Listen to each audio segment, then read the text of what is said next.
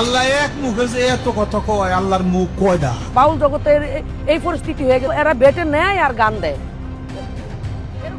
মানিকগঞ্জের ঘিওর উপজেলায় এক সঙ্গীত অনুষ্ঠানে বাউল শিল্পী আবুল সরকার ইসলাম ও আল্লাহকে নিয়ে কটূক্তি করেন।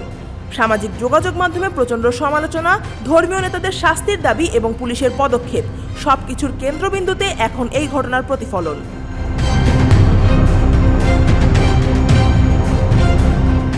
পুলিশি তদন্তের পর গত বৃহস্পতিবার ভোরে ডিবি পুলিশ বিশেষ অভিযানে মাদারীপুর থেকে আবুল সরকারকে গ্রেফতার করে। বর্তমানে তিনি কারাগারে রয়েছেন। সারা দেশে বাউল শিল্পীর বিচারের দাবিতে মানুষের ক্ষোভ দেখা দিয়েছে। তবে ঘটনারই প্রেক্ষাপটে নতুন বিতর্কের সৃষ্টি করেছে নারী বাউল শিল্পী হাসিনা সরকার।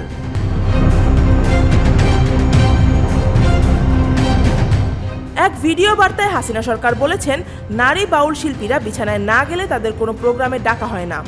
এমন পরিস্থিতির শিকার তিনি নিজেও হয়েছেন। তিনি যাদের বিরুদ্ধে অভিযোগ তুলেছেন তাদের নাম উল্লেখ করেননি।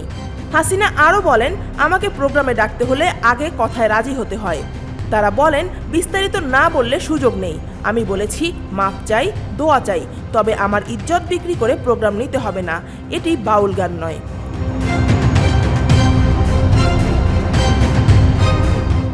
নারী বাউল শিল্পীর অভিযোগ, পুরুষ শিল্পীরা প্রায় কুপ্রস্তাব দিয়ে থাকেন, বিছানায় যাওয়ার বিনিময়ে গান গাওয়ার সুযোগ দেন।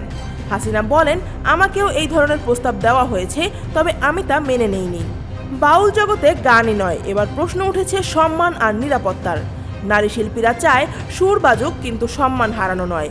এই বিতর্কের সুর কিভাবে শেষ হবে তা সময়ই বলে দেবে। News desk, Dhaka watch.